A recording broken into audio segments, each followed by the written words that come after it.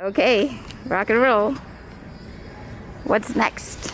So, just wanted to throw out there for a second that one thing that's really, these are pretty rare for this type here that are this small and compact using an actual liquid cell. I know, and that's mercury, by the way, people. We don't want to use. Didn't exist yet.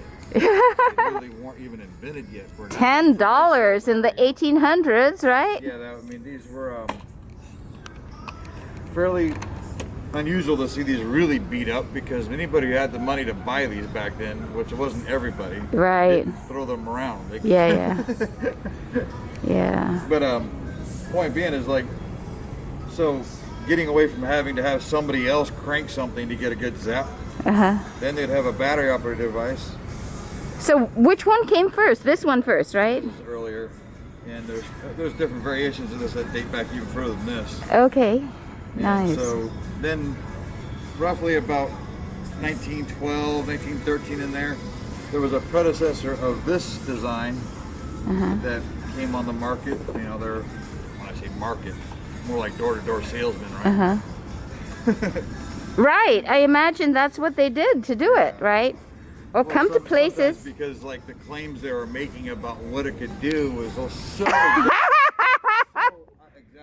very exaggerated, which is why I think that, you know, they couldn't even advertise them like a normal business. They had to go door to door, you know, and try to convince you that it was actually something worth to buy this very expensive thing, or everything.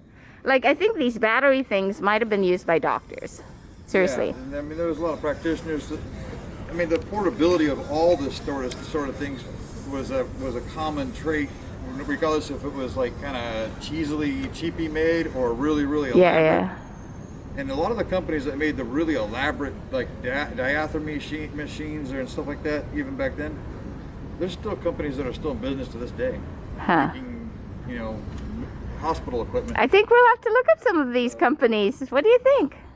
And one company that was making a lot of this stuff that was really high-end quality back in the teens and 20s.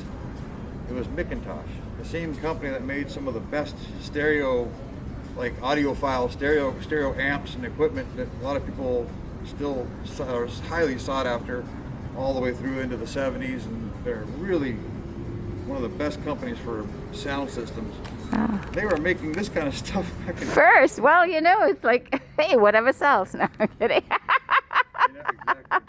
But it was like when they realized the writing was on the wall that they had to be a little more serious about the claims. They started straightening up, and some companies even switched gears completely by even starting to provide the same kind of like devices like these that are the ultraviolet ray devices, but they're advertising them for totally different fields, so they can still continue to stay in business, right? Without even being associated with medical. So right. That makes sense. But they're still actually they're being made to this day for facial applications. Really? Yeah, a lot of women that have more money than they know what to do with. They go to spend a fortune getting their face all done up in their cosmetic fields. They're still using violet. They call them violet wands now. But they're kind of a weaker version of the older ones. That really, yeah, maybe that's where the regulation needed to be. It's no longer advertised it's going to cure cancer and blindness. It's just we got to kind of know what we're going to be doing here, what we're buying. All right, so what's this one? So, are you going to show me two at the same time? Yeah, this is referred to as an Electreat massage unit, and it has all kinds of really funny claims and whatnot. Oh, I know. That's what I want to check out. You're gonna like the book that comes with mine.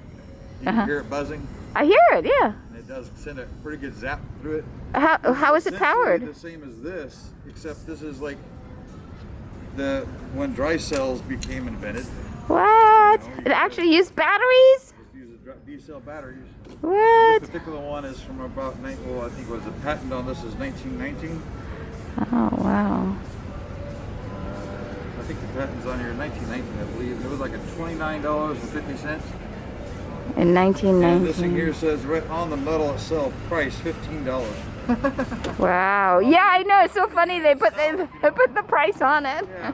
And the whole entire kit was like $30.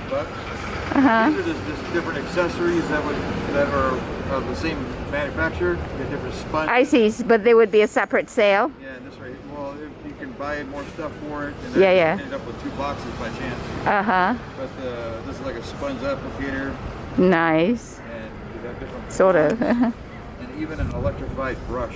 Ew. Brushes are coming out. The pins are falling out of the sponge. If you get that wet, Yeah. you have a wire attached, and the one wire would attach. Oh, I wonder that. I guess I'll have to read the book to see what the brush would be used for.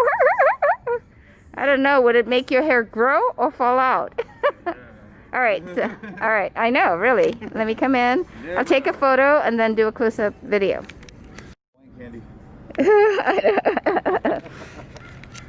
Yeah. Okay, so this one is... I think the lids say the same things, but Okay. they're basically the same. The Oh, packages and the I packages. love this. It's a little card, an address card. That's got a date on that card from like 65, I think. So 1967. I think it might have been sent back for servicing or something to get serviced, but the unit itself is from the 20s.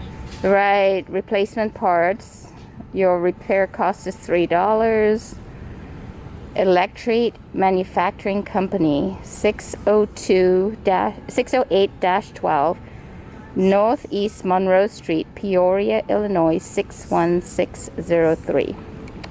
And you can kind of see how this kind of evolved to be the TENS units of nowadays that people use all the time for all Electreat sorts of muscle massage. tension or Complete with inflammation of accessories. joints and whatnot after an injury or whatever. A lot of people use those TENS Okay. units. All right, so I'm going to try to be brief on this because it is kind List of long. cure-all, and it was hilarious. Mr. C.W. Kent founded the Electreat Manufacturing Company in 1918. Purchased and employed for over a quarter century, Electreat is a patented device that is built only by the Electreat Manufacturing Company. Thousands are in use in the country over and some in foreign countries. An apparatus device designed to combine 2 physical energies, low voltage electricity and massage. It is a simple physical measure that may be applied safely at home. Since its introduction in 1918, it has won many staunch supporters. How to use your Electreat. The principle of Electreat is the application of electrical energy and okay. Low voltage Faraday or alternating current, which is essentially a very abruptly interrupted current. The current has a wide range of strength which is controlled by a finely graduated switch.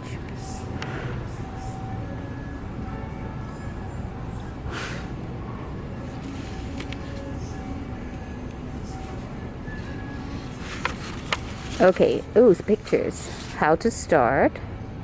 Spinal massage. So, oh, I see. So you have the roll on one side and an electrode at the other. Joint massage. Faradizing a joint.